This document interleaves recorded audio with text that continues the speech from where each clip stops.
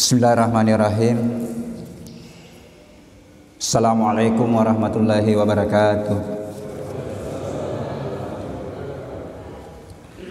Alhamdulillah. Alhamdulillahilladzi ahyana ba'dama amatana wa ilaihin nusyur. Asyhadu an la ilaha illallah wahdahu la syarikalah wa asyhadu anna Muhammadan abduhu wa rasuluh la nabiyya ba'dah. Qala Allah Ta'ala fil kitabil karim, a'udzu billahi minasyaitonir rajim, bismillahirrahmanirrahim.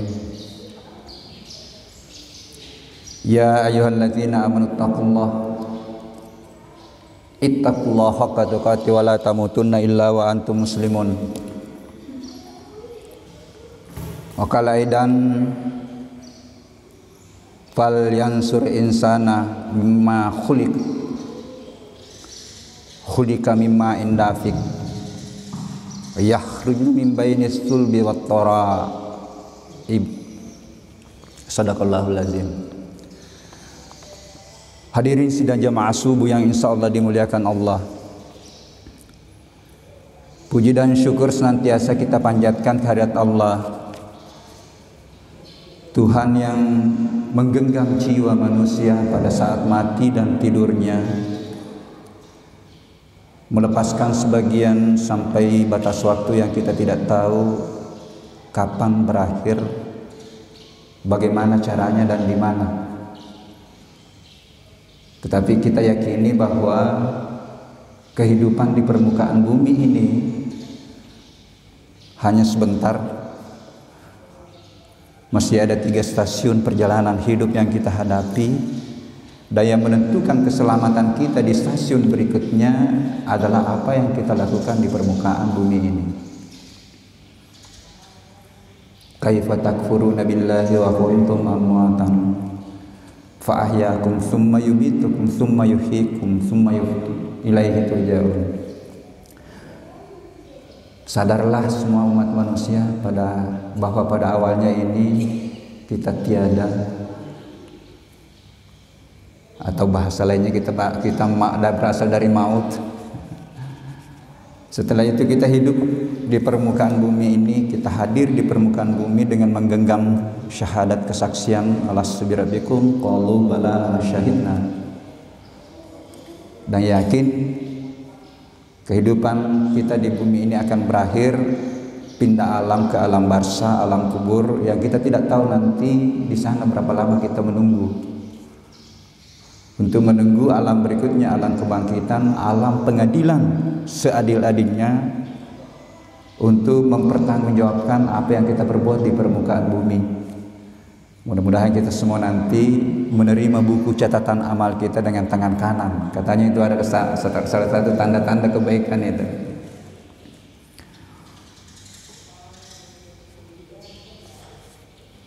Salawat dan taslim kita haturkan kepada Nabiullah Muhammad sallallahu alaihi wasallam, Nabi yang kita yakini, yang kita sudah bersyahadat untuk menambah syahadat kita, syahadat kesaksian kita tambah satu sebagai legitimasi keislaman kita. Dapat nasuku salangnya kakakku dapat kurma syahadat. Tetapi syahadat rupanya bukan hanya sekedar ucapan, tetapi bagian dari bentuk kesaksian, bentuk komitmen kita untuk menjadikan Rasulullah sebagai contoh, sebagai suri teladan, baik di dalam melakoni peran kehambaan Abdullah yang berimplikasi kepada amalan-amalan ritual kita. Alhamdulillah tadi ini kita buktikan salat subuh secara berjamaah, salat awal waktu, itu yang dicontohkan oleh Rasulullah, dan bagian dari bagaimana kita merebut rahasia kehidupan. Narekuna rafi ini waktu sempajang isalah ini Allah ya Rob jama-jama tak lainnya. Kecuali kalau pekerjaan memang yang berisiko kalau kita tinggalkan. Sehingga memang ada yang berpandangan bahwa pada hakikatnya kita hidup di antara sholat itu menunggu waktu sholat berikutnya. Ini yang diperhatikan oleh Rasulullah. Apa yang diperhatikan itu perintah Al-Quran. Inna sholata kanat alal mu'minina kitaban mauquta. Sesungguhnya waktu-waktu sholat itu aku sudah tetapkan waktunya. Di ayat lain, hafizu ala salawati wa salatil usta, jagir waktu-waktu sampajamu. Sekali lagi di sini rupanya rahasia kehidupan. Cina-nya hanya berapa menit itu, 14, paling lama mungkin 15 menit satu.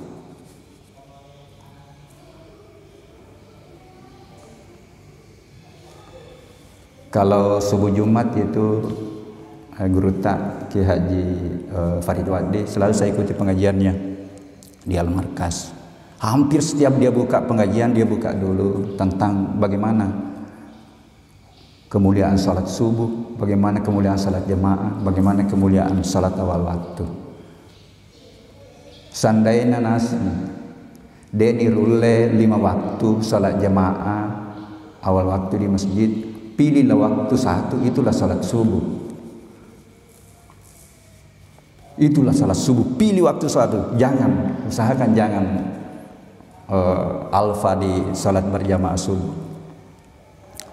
Dan itu secara ilmiah juga alamin. Jadi tidak mudah. Tapi segala sesuatu yang sulit kita dapatkan, engkau mana Pak Dongan kekurangi? Uruntuk nih Pak Dongan lah.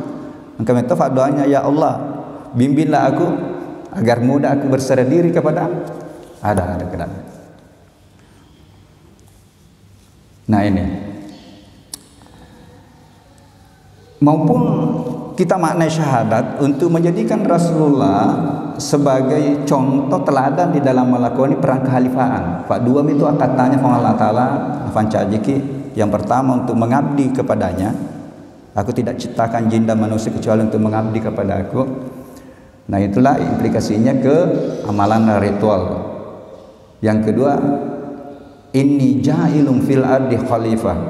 Kita dijadikan sebagai khalifah untuk mengelola bumi ini dan memakmurkan bumi, bukan merusak. Jadi dua. Rasulullah sukses dalam segala profesi. Satu kata kuncinya adalah kejujuran. Dan sampai sekarang itu penelitian barat dari ribuan orang yang diteliti, ya, yang sukses masih urutan pertama kejujuran yang mengantar orang bisa sukses. Dan apa hakikinya kejujuran adalah hubungan kita dengan Allah. Itulah hakikat kejujuran. Bisa pura-pura jujur pada istri, tetapi siapa? Allah yang maha melihat, dia menyaksikan. Dan insya Allah hati-hati, suatu saat tidak ada lagi yang bisa tersembunyikan dengan IT. Deteksi kebohongan nanti suatu saat. Apa yang susahnya? Semua yang keluar dari mulut saya ini kan gelombang. Dia bisa dideteksi oleh alat. Ketika apa yang saya keluarkan itu bukan kata hati saya, beda gelombangnya yang keluar. Jadi sehingga ada yang prediksi itu ada dua sebenarnya profesi yang ke depan itu terancam dengan teknologi. Mohon maaf kalau ada teman-teman dokter, bisa saja nanti itu, kecuali misalnya sakit luka, kalau sakit-sakit ini dibuka saja di itu, begini gejalanya ini keluar obatnya. Kemudian terkait tadi itu hukum, karena sudah ada, kalau ini pasalnya. Tidak setengah mati menginterogasi orang karena alat yang menginterogasi alat.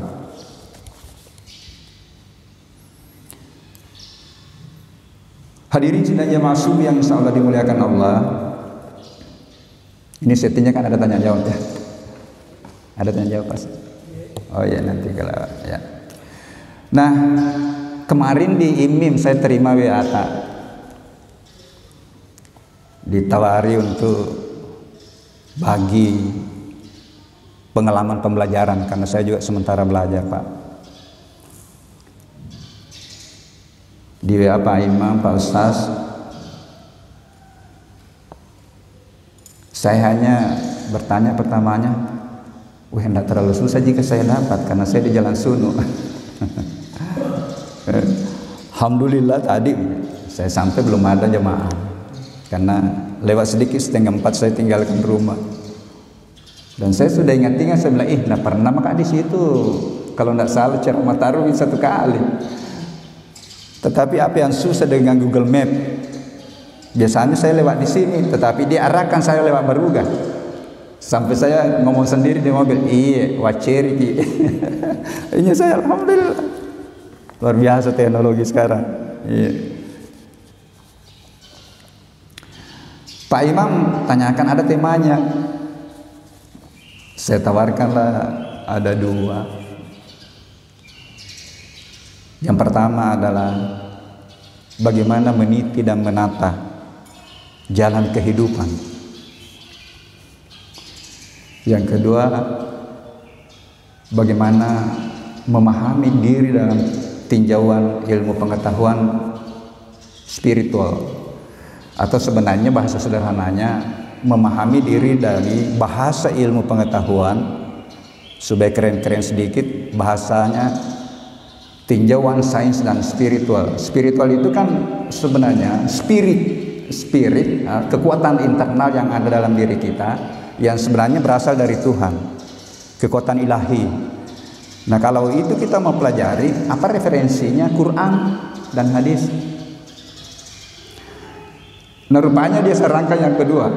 Tetapi bagaimanapun itu pasti yang pertama selalu disinggung, selalu disampaikan pada saat orang ceramah, orang memberikan tausiah. Bahkan menurut informasi, Rasulullah tidak pernah lepas dari ayat yang saya bacakan tadi ketika dia membuka pengajian, ketika dia membuka tausiah. Ya ayyuhalladzina amanu ittaqullaha haqqa tuqatih wa la tamutunna illa wa antum muslimun. Itu sebenarnya itu peta kehidupan kita itu. Coba maki kemangkalinya ki ceramah pasti ke situ ujungnya itu. Bagaimana mengajak kita, ya, yang sudah ada iman, memperkokoh keimanannya, ya. Biasa kita dengarkan bahwa tingkatan keimanan itu mulai dari iri tapi kenapa kita tepe, ainul yakin, kemudian bisa juga kita yakin karena ilmu yang kita pelajari, ilmu yakin, ya. Dari 2 inilah yang bisa meningkatkan keimanan kita menjadi hakul yakin. Nah, kalau sudah sampai ke situ, itulah nanti yang bisa mendasari semua perbuatan-perbuatan kita, yang mengantar kita untuk melaksanakan amalan-amalan baik yang dilandasi dengan keimanan yang kuat. Sebenarnya itulah ketakwaan. Kita diperintahkan lagi tingkatkan sampai pada predikat takwa yang sebenar-benarnya takwa, untuk menuju puncak tertinggi yaitu penyerahan diri. Itulah al-muslimun. Inilah peta jalan kehidupan. Nah, sahabat narikoi rafi ini ya puncaknya ya, mampu menyerahkan diri, segalanya kita serahkan kepada Allah, dan itu yang menutup hidup kita nanti. Dan pasti ini semua yang kita cari ini, mau husnul khatimah, mau dipanggil oleh Allah, bukan dipaksa berusaha nyawa dengan badan. Kalau sudah sampai di situ, hampir tidak pernah saya tidak baca ini ayat ketika saya ceramah. Ya ayyatuhan nafsul mutmainnah irji'i ila rabbiki radiyatan mardiyah fadkhuli fi ibadi wadkhuli jannati. Berarti maka depan maka yang mana je isapar pad mengaku di hadapan Allah sebagai atas, sebagai hamba, mencari jalan untuk dia itu sebagai hamba. Kemudian kita diundang undangan khusus, hai jiwa yang tenang yang sudah mencapai tadi predikat penyerahan diri. Masuklah ke dalam orang hamba-hambaku yang aku ridha, dan masuklah ke dalam surga. Nagutan tak ciri-ciri kita nak oke tamu surga pasti lo mana ki, ya. Tetapi jangan yang kita mengklaim diri kita bahwa saya sudah surga. Mohon maaf sekali. Terkadang saya sampaikan, ketika sudah sampai ke ranah itu, serahkan hak prerogatifnya Allah. Karena biasa tuh magampat munafik, kafir, neraka. Masa haknya Tuhan itu? Tuhan yang menentukan itu. Banyak kan riwayat-riwayat itu. yang biasa kita dengar, ya, riwayat-riwayat yang biasa kita dengar. Keputusan Allah adalah keputusan keselamatan. Hadirin sekalian jemaah subuh yang insya Allah dimuliakan Allah. Nah, untuk menata tadi frame kehidupan memang harus diawali dengan memahami 3 aspek. Jadi setiap diri siapapun harus memahami, ya, atau mengetahui dan memahami 3 aspek. Yang pertama adalah pengetahuan dan pemahaman tentang diri kita. Siapa sih diri kita sebenarnya ini? Nah, inilah mungkin nanti yang kita coba bagaimana dari tinjauan ilmu pengetahuan dan apa bahasa Quran.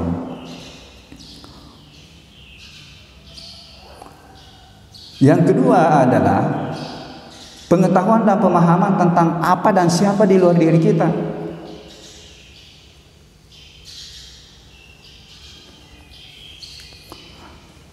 Apa rahasia di balik tanaman yang kita saksikan itu? Apa rahasia di balik langit? Yang ketiga adalah pengetahuan dan pemahaman kita tentang siapa sih sebenarnya yang kita sembah. Tetapi ketika pemahaman kita tentang diri, pemahaman tentang di luar diri secara mendalam, insya Allah di situ nanti kita temukan siapa sih sebenarnya Tuhan dalam tanda petik. Ya, saya kasih tanda petik karena ini ada tingkatan-tingkatannya, mungkin tingkatan-tingkatan pemahaman kita. Saya mungkin hanya menyorot nanti dari sisi ilmu pengetahuan. Nah, referensi utamanya untuk paham ketiga hal ini adalah Al-Quran dan hadis dan referensi-referensi ilmu pengetahuan yang benar. Sebenarnya di sini tadi istilahnya itu Pak Ustaz, itu ada 2 sebenarnya rahasia. Karena saya suarakan sekarang dengan istilah spiritual sains spiritual. Sains spiritual saya suarakan karena ada sesuatu yang hilang dari ilmu yang kita kaji. Sudah 500 tahun itu dipisahkan ruhnya. Saya bahasakan ruhnya. Terpola dengan memisahkan antara, ya, ilmu-ilmu yang kita kaji. Misalnya saya ilmu pertanian, ilmu yang saya kaji tentang tanaman, tentang tanah, tentang iklim, itu tidak disentuh dengan apa kata Tuhan di balik apa yang saya pelajari. Apa kata Al-Quran tentang tanaman? Apa kata Tuhan di dalam mengelola alam? Jadi saya coba bagaimana memformulasi kembali ilmu pertanian dengan mengembalikan apa kata Tuhan. Tuhan mengatakan kelola alam tetapi jangan merusak. Kelola untuk mendapatkan rezeki tetapi jangan merusak. Kulu washrabu min rizqillah wa la ta'saw fil ardi mufsidin. Akhirnya saya rubah itu karena ada teman-teman yang mohon maaf saya ini dapat sorotan sedikit. Terkadang banyak gangguan, tapi begitulah.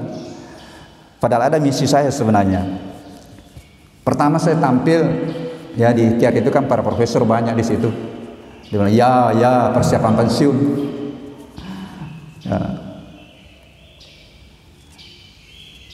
Yang kedua, hati-hati Pak Amir, jangan sampai kita lupa ilmu tak. Saya bilang insya Allah, justru dengan saya belajar ini saya mencoba memformulasi ulang saya punya ilmu pertanian.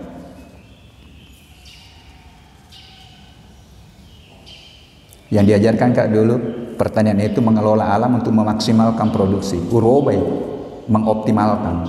Karena inilah yang merusak pertanian. Yang penting mata Andrea waselena, terserah mau bagaimana itu alam, mau rusak mau apa, terserah yang makan itu sehat atau sakit. Kayaknya tadam pengak megato itu penyakit-penyakit muncul karena sumbangan dari produk pertanian yang pendekatannya kepada bahan kimia. Karena yang penting mata Andrea produksi, Pak Lem itu ada finishing nah. Uroba menjadi mengoptimalkan. Jadi dek, nolnya dek mana mata Andrea ada produksi. Nah ya misalnya kalau padi kurang misalnya setengah ton tetapi sehat, bersih lingkungan, ya itu kan lebih bagus kan, karena itu kata Tuhan itu. Ya, begitu pula ilmu politik sudah lepas semua dari ruh politik. Ilmu ekonomi juga begitu. Sudah ada semua dalam Al-Quran. Kalau riba diterapkan, ini konsekuensinya. Jadi sebenarnya kata kuncinya bagaimana fenomena yang kita saksikan sekarang, peradaban yang membangun peradaban ini kembali untuk mengoreksi ilmu-ilmu yang membangun peradaban. Nah itulah saya silakan sebenarnya sains spiritual. Jadi matandil ada kata bahasanya, jadi ilmu pengetahuan yang dibungkus atau dikonfirmasi dengan apa kata Tuhan. Nah, yang terkait dengan diri, ya, ini perintah.